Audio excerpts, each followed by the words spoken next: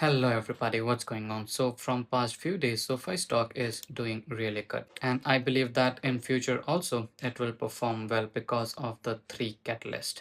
First, digitalization. Second, operational leverage. And third, strategic partnership that could send SOFI higher. So let's get into this. First, let's talk about the big picture digitalization. We aren't just moving towards digital banking.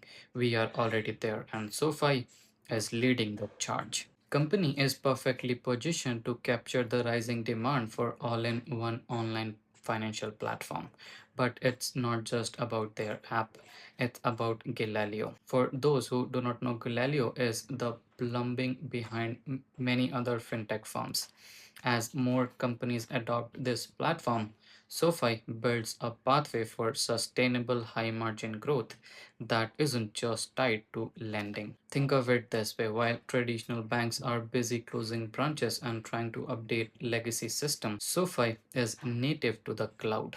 This allows them to scale faster and cheaper than the old school competition.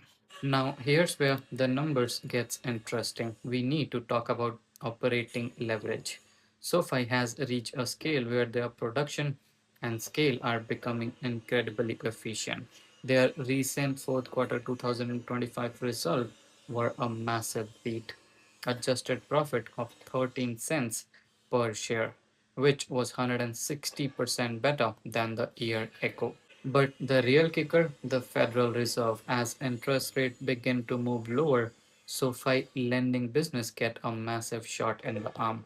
Lower rate means lower borrowing cost, which drive up loan origination volume and refinancing. SoFi ability to offer competitive flagship term is a huge competitive advantage in this environment. Apart from that, recently companies secured a 2 billion partnership with Fortress Investment Group. This is a game changer because it shifts their revenue towards a fee-based model. Instead of just holding loans on their books and taking all the risk, they are moving toward a capital light model. This diversifies their income and directly addresses those liquidity concerns that the bears love to talk about. And let's not forget the tech upgrade. The integration of Nova Credit is another major win for them. This allows SoFi to better asset risk and reach international customers, those with thin credit files who are actually high quality borrowers. By using better data, they aren't just growing, they are growing smart. This is how a fintech firm evolves into a dominant financial powerhouse. They are beating the consensus estimate on both the top and bottom line, with revenue hitting $1 billion in the latest quarter, a 40% year over year increase.